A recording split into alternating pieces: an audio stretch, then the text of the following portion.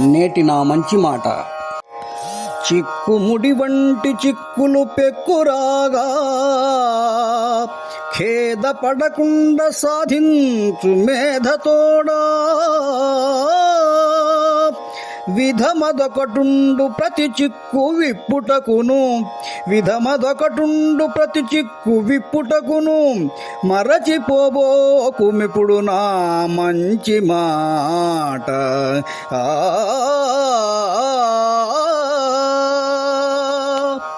మిత్రులారా, ఏవైనా సమస్యలు వచ్చినప్పుడు ఆ సమస్యను భూతద్దంలో చూస్తూ అతిగా ఆలోచిస్తూ ఆందోళన పడకూడదు.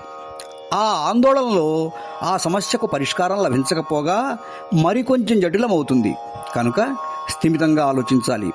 ప్రతి సమస్యకు పరిష్కారం తప్పకుండా ఉంటుంది. దాన్ని సాధించడానికి ఒక పద్ధతి ఉంటుంది. కనుక తెలివిగా ఆలోచించి సమస్యలు పరిష్కరించుకోవాలి.